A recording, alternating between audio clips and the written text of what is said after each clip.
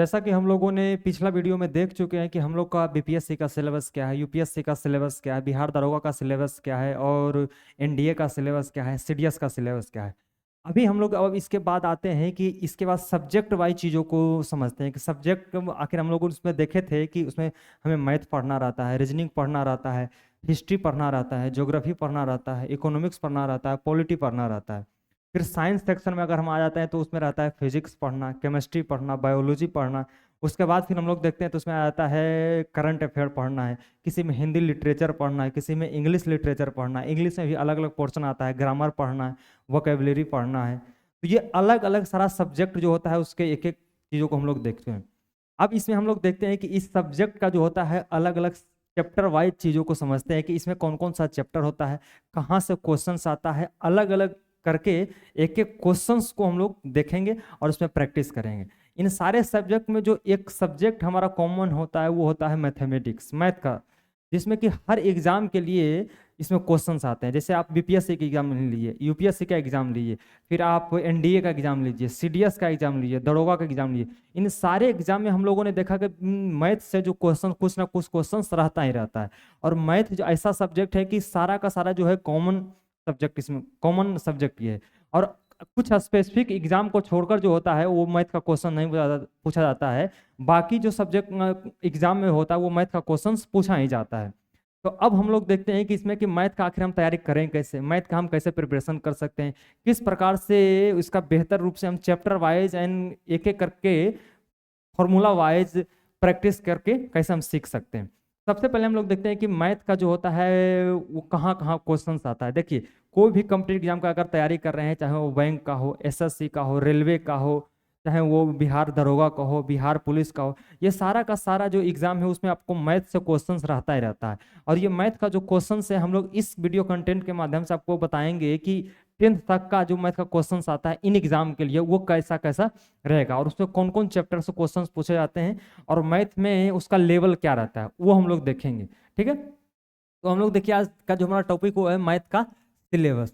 Math का syllabus का कौन कौन सा कॉम्पिटिटिव एग्जाम के लिए, जो भी कॉम्पिटिटिव एग्जाम है, तो देखिए बैंक का एग्जाम होता है, आईबीपीएस का होता है, पीओ का होता है, बैंक मैनेजर का होता है, कलर का होता है। ये सारे एग्जाम के लिए हम लोग देखेंगे इसका अलग अलग करके। ठीक है, आईबीपीएस का, पीओ का, क्लर्क का, ठीक है, मैनेजर का, ये सारा का सारा अलग अलग फेज में एग्जाम होता है। पीटी इसका होगा, इसका मेंस एग्जाम होगा।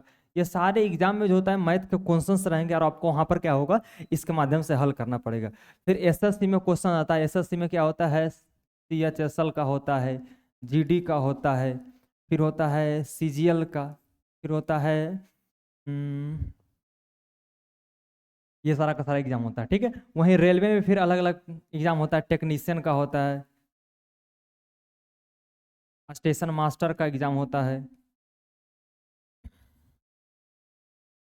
टीटी का एग्जाम होगा। ये सारा का सारा अलग अलग एग्जाम के लिए क्या होगा, इसमें क्वेश्चंस, मैथ्स के क्वेश्चंस रहेंगे। बिहार दरोगा एसआई के लिए रहता ही रहता है, उसका बिहार पुलिस, यूपी पुलिस, ये सारा का सारा जो होता है कॉम्पिटिटिव एग्जाम के लिए यहाँ पर क्वेश्चंस मैथ से पूछे जाते हैं। ठीक है, अब हम लोग फिर इसमें देखते हैं कि मैथमेटिक्स का जो होता है कितना पार्ट होता है। अगर हम मैथ का कॉम्पिटिटिव एग्जाम के लिए बात करें, 10वां तक अगर हम लोग तैयारी किए होंगे तो 10वां तक क्या होता है कि सारा का सारा चैप्टर मर्ज रहता है और उसी को कॉम्पिटिटिव एग्जाम में दो पार्ट कर दिया गया, मतलब उसका दो नाम दे दिया गया। पहला जो नाम हमारा आता है वो आता है अर्थमेटिक मैथ, जिसको हम लोग कॉमर्शियल मैथ भी कहते हैं। और दूसरा नंबर में जो आता है वो आता है हमारा एडवांस मैथ। अर्थमेटिक मैथ क्या होता है, कॉमर्शियल मैथ, अर्थमेटिक मैथ जो होता है वो हमारा होता है कैलकुलेशन बेस्ड, मतलब आपको इसमें कैलकुलेशन ज़्यादा फास्ट करना पड़ेगा, आपको इसमें प्रैक्टिस करने की ज़्यादा जरूरत है। ठीक है, फिर हम लोग इसमें आगे देखते हैं कि इसका चैप्टर नाम क्या होता है। लेकिन अगर वहीं एडवांस मैथ की बात करें तो एडवांस मैथ जो होता है वो फॉर्मूला बेस्ड ज़्यादा होता है। इसमें ज़्यादा आपको फॉर्मूला काम करेगा, जितना आपको दिमाग में फॉर्मूला घूमेगा उतना ही ज़्यादा आप इसमें क्या कर सकते हैं, बेहतर रूप से प्रैक्टिस कर सकते हैं और आपको क्वेश्चंस को ज़्यादा हल कर सकते हैं। ठीक है, अब हम लोग इसमें देखते हैं कि हमारा अर्थमेटिक मैथ का या कॉमर्शियल मैथ का क्या है, सिलेबस क्या है, इसका चैप्टर नाम क्या है। सबसे पहला चैप्टर जो आता है अर्थमेटिक मैथ के लिए वो हमारा आता है टाइम एंड वर्क का, समय और कार्य का जो आता है, टाइम एंड सिस्टर्न का, पाइप एंड सिस्टर्न का, नल और टंकी जो होता है, फिर होता है टाइम एंड डिस्टेंस का, समय और दूरी, कोई ट्रेन की इतना समय में इतना दूरी जा रहा है तो अगला दूरी तय करने में उसको कितना समय लगेगा। ये सारा का सारा जो क्वेश्चंस आता है, अब प्रैक्टिस किए होंगे, अगर जो भी लोग इसका तैयारी कर रहे होंगे या फिर जो 10th क्लास तक पढ़ाई किए होंगे, ये 7 या 8 में इस प्रकार के क्वेश्चंस का प्रैक्टिस हम लोग कर चुके हैं। फिर वहीं हम लोग देखते हैं बोट एंड स्ट्रीम हो गया, नाव और धारा हो गया, जिसमें धारा के अपोजिट धारा के साथ में कैसे कैसे होता है, परसेंटेज प्रतिशत वाला क्वेश्चन हम लोग हल कर चुके हैं।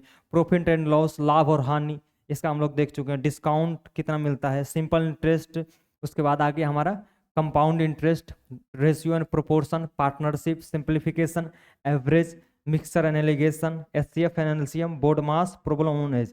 एचसीएफ और एलसीएम ये मतलब सारा का सारा जो होता है हमारा अंडर 10th क्लास तक का ही इसमें क्वेश्चंस रहता है और उसमें हम लोगों को देखने की जरूरत है, ठीक है, प्रैक्टिस करना है। अब यहाँ पर हम लोग फिर एक एक बार इसमें हम लोग देखते हैं कि इसमें कौन कौन चैप्टर है अर्थमेटिक में, जैसे कि आपको हो गया time and work, pipe and cistern, time and distance, boat and stream, उसके बाद फिर हो गया हमारा परसेंटेज हो गया, प्रॉफिट एंड लॉस हो गया, डिस्काउंट हो गया, सिंपल इंटरेस्ट हो गया, कंपाउंड इंटरेस्ट हो गया, उसके बाद फिर हमारा हो गया ratio and proportion, partnership, simplification, average हो गया, मिक्सर एंड एलिगेशन हो गया, जिसमें कि बहुत सारा मिश्रण का क्वेश्चन रहेगा।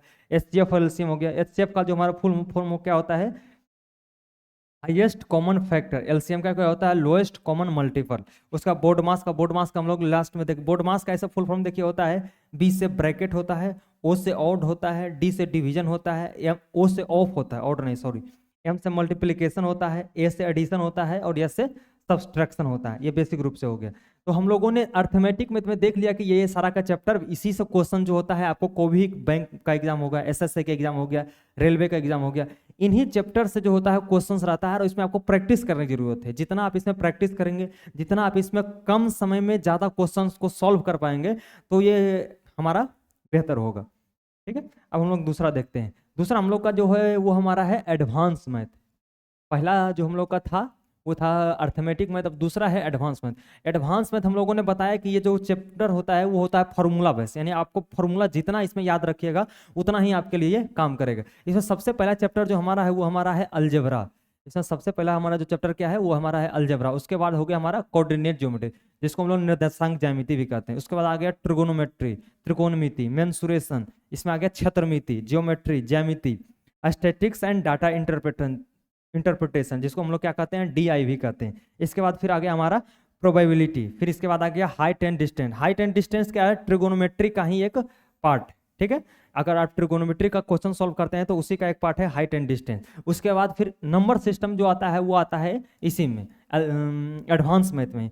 अब हम लोग इसमें क्या क्या देखें कि एडवांस मैथ में जो हम लोग वो अलजेब्रा को बेसिक रूप से पहले भी पढ़ चुके हैं, लेकिन इसमें आपको कुछ स्पेसिफिक फार्मूला, कुछ स्पेसिफिक जो होता है क्वेश्चंस को यहाँ पर लेके आपको हल करना पड़ेगा, ठीक है। तो इसमें हम लोगों ने कौन कौन सा चैप्टर देखा, हम लोगों ने देखा अलजेब्रा, फिर हम लोगों ने देखा कोऑर्डिनेट ज्योमेट्री, फिर है ट्रिगोनोमेट्री, उसके बाद है मेंसुरेशन, ज्योमेट्री है, स्टैटिक्स एंड डाटा इंटरप्रिटेशन है, उसके बाद फिर है प्रोबेबिलिटी है, फिर उसके बाद हाइट एंड डिस्टेंस है, और लास्ट में हमारा जो चैप्टर है वो हमारा है नंबर सिस्टम।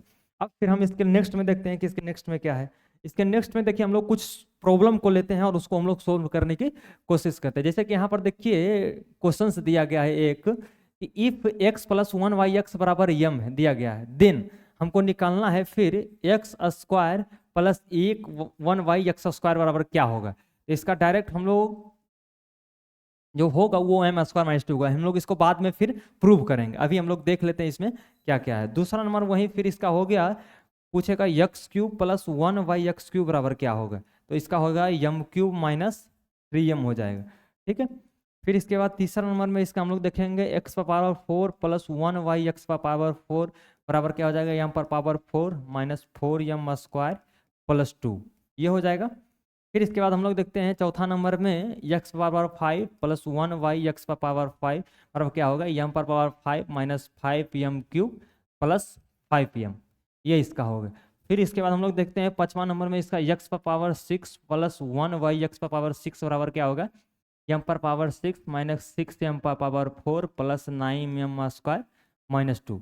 इसको क्या हम लोग एक एक करके आगे प्रूव करेंगे, ठीक है। प्रूव करने के लिए हम लोग एक को प्रूव करके दिखाते हैं, उसके बाद फिर हम लोग नेक्स्ट में आप लोग कर लीजिएगा। जैसे देखिए x + 1/x = m है, हमको निकालना क्या है, x + 1/x = m दिया गया है, ये गिवन है। अब हम लोग क्या कर सकते हैं, दोनों तरफ स्क्वायर कर सकते हैं, स्क्वायर ऑन बोथ साइड, ठीक है। हम दोनों तरफ स्क्वायर कर लेते हैं। अब दोनों तरफ स्क्वायर करने तो क्या होगा, x + 1y(x) का होल स्क्वायर बराबर यम का भी होल स्क्वायर हो जाएगा। अब हम लोग इसका ए है, इसको मान लेते हैं, इसको बी मान लेते हैं, ठीक है। तो ए प्लस बी का जो होल स्क्वायर होता है, ए प्लस बी का होल स्क्वायर क्या होता है, a square plus 2ab plus b square, ठीक है। उसी को फॉर्मूला देता है, तो एक्स का स्क्वायर हो गया प्लस 2ab, ई कट गया, अब प्लस बी स्क्वायर हो जाएगा, इसका स्क्वायर हो गया, इधर यम का स्क्वायर क्या हो जाएगा, यम स्क्वायर हो जाएगा। अब फिर ये क्या हो गया, एक्स का स्क्वायर, तो एक्स स्क्वायर हो गया, ये प्लस क्या हो गया 2 हो गया, प्लस एक का स्क्वायर तो एक बटा एक्स स्क्वायर हो गया, बराबर क्या हो जाए यम स्क्वायर। अब हम ई दोनों को एक साथ कर लेते हैं, एक्स स्क्वायर प्लस 1 बटा एक्स स्क्वायर, और ये 2 प्लस इधर उधर जाएगा तो क्या हो जाएगा माइनस में यम स्क्वायर माइनस 2, यानी कि ये चीज़ हमारा क्या हो गया यहाँ पर सॉल्व हो गया, ठीक है। इसी तरीके से आगे हम लोग का एक्स क्यूब बटा एक्स क्यूब है, तो हम लोग उसका क्यूब कर देंगे, एक्स बराबर 4 प्लस 1 बटा एक्स बराबर 4 है, तो पहले हम लोग स्क्वायर करेंगे, फिर उसका डबल स्क्वायर करेंगे। एक्स बराबर 5 है तो उसी तरीका से कर लेंगे, एक्स बराबर 6 है तो उसी तरीका से हम लोग कर लेंगे। फिर हम इसके नेक्स्ट में देखते हैं, नेक्स्ट में हम लोग का जो एक प्रॉब्लम है वो है हमारा if x plus x minus x बराबर एम है, देन फिर हमको निकालना है पहला number x square plus 1y x square बराबर क्या होगा, तो एम स्क्वायर प्लस 2 होगा। उसमें जो जो चीजें इस तरफ माइनस में था वो सिर्फ प्लस में हो जाएगा, बाकी सारा डाटा सेम रहेगा, इसमें यही देखना है। फिर दूसरा नंबर में जो हमारा हो गया वो हमारा हो गया x cube minus 1y x cube बराबर क्या होगा, तो एम क्यूब अब प्लस 3m हो जाएगा। फिर इसके बाद आ जाएगा हमारा तीसरा नंबर में एक्स पर पावर 4 प्लस 1y एक्स पर पावर 4 बराबर क्या हो जाएगा, तो एम पर power 4 plus 4m square plus 2 हो जाएगा, ठीक है। फिर इसके बाद हम लोग देखते हैं तीसरा नंबर, चौथा नंबर में एक्स पर पावर 5 माइनस 1y एक्स पर पावर 5 बराबर क्या हो जाएगा, एम पर power 5 plus 5m cube plus 5m, ठीक है। और इसके बाद पांचवा नंबर हम लोग देख लेते हैं एक्स पर पावर 6 प्लस 1y एक्स पर पावर 6 बराबर एम पर पावर 6 प्लस 6m पर power 4 plus 9m square plus 2 हो जाएगा। इसमें हम लोग अब दूसरा को सॉल्व करते हैं, x cube minus 1y x cube को सॉल्व करते हैं, ठीक है। और देखते हैं कि ये चीज आता है कि नहीं आता है। जैसे यक्स माइनस 1y एक्स बराबर क्या है यम है, ठीक है। अब हम लोग क्या करते हैं, बोथ साइड्स ऑन क्यूब, दोनों तरफ हम लोग क्यूब करते हैं, तो क्या हो जाएगा यक्स माइनस 1y एक्स का होल क्यूब बराबर यम का होल क्यूब होता है।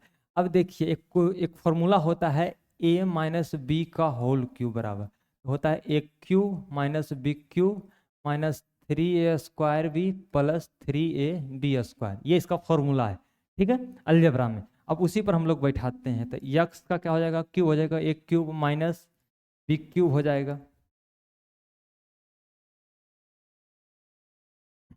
माइनस 3a स्क्वायर और b हो जाएगा और प्लस 3ab स्क्वायर हो जाएगा, ठीक है, बराबर क्या हो जाएगा यम क्यूब। और अब यहाँ पर देख लेते हैं एक्स क्यूब माइनस 1 बटा एक्स क्यूब बराबर क्या हो जाएगा 3x हो जाएगा और प्लस 3y एक्स हो जाएगा बराबर यम क्यूब हो जाएगा। अब x cube minus 1y x cube minus 3 common ले लेते हैं, एक्स माइनस 1y एक्स बराबर एम क्यूब हो जाएगा, ये कॉमन ले लिए। अब x cube minus 1y x cube minus 3 x minus 1y x बराबर कितना है यम है, बराबर क्या हो जाएगा यम क्यूब, ऊपर में मान दिया गया x cube minus 1y x cube बराबर कितना हो जाएगा यम क्यूब, उधर 3m भेज देंगे उधर, तो एम क्यूब प्लस 3m हो जाएगा। ये हम लोग का क्या हो गया प्रूव हो गया, ठीक है। अब हम लोग एक चीज और इसमें देखते हैं, हमारा क्या है फैक्टोरियल। फैक्टोरियल भी एक मैथ का जो बहुत ही बेहतर क्वेश्चंस आता है इसमें, कभी कभी जो होता है एसएससी का क्वेश्चन में, एसएससी सीजीएल में या फिर और अदर अदर एग्जाम में इससे क्वेश्चंस आते हैं। अब हम लोग देखते हैं फैक्टोरियल क्या है। फैक्टोरियल का देखिए दो साइन होता है, सबसे पहला नंबर साइन क्या होता है, एक लाइन खींच के नीचे में बिंदी मार देना या फिर इसके एल शेप में कर देना, ठीक है। तो हम लोग देखते हैं फैक्टोरियल, फैक्टोरियल 1 का जो वैल्यू होता है 1 होता है, फैक्टोरियल 2 का जो वैल्यू होता है 2 मल्टीप्लाई 1 करेंगे तो इसका 2 हो जाएगा, फैक्टोरियल 3 का जो वैल्यू होता है 3 मल्टीप्लाई 2 मल्टीप्लाई 1 बराबर क्या हो जाएगा 6 हो जाएगा। 4 का हो जाएगा 4 मल्टीप्लाई 3 मल्टीप्लाई 2 मल्टीप्लाई 1 इसका 2 हो जाएगा 24 हो जाएगा। इसके बाद फिर 5 का हम लोग निकालते हैं, इसके मतलब जो भी नंबर है उससे नीचे के हर नंबर से गुना कर देना है, ठीक है।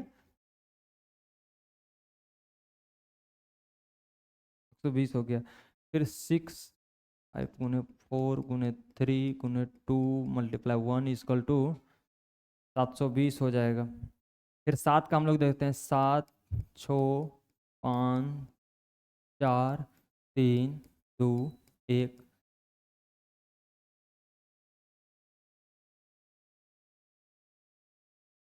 फिर हम लोग 8 का देखते हैं फैक्टोरियल।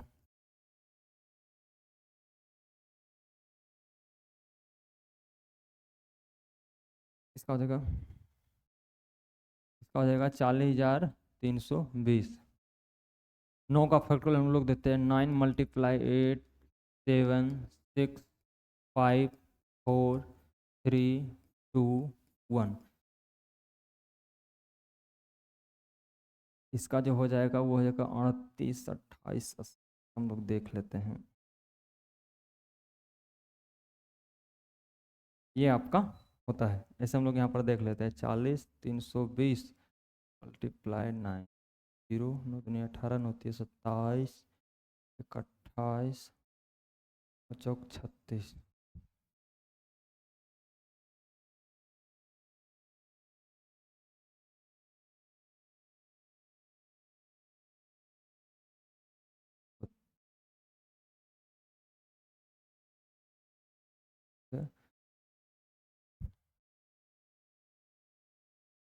छत्तीस 28 80 होता है, सॉरी यहाँ पर क्या हो जाएगा 36 28 80।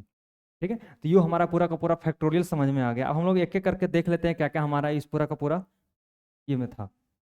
ठीक है, सबसे पहले हम लोग देखें कि मैथ का सिलेबस जो होता है वो हमारा किस किस एग्जाम के लिए हमको पढ़ना है, बैंक के लिए, एसएससी के लिए, रेलवे के लिए, बिहार दरोगा के लिए, स्टेट पुलिस के लिए।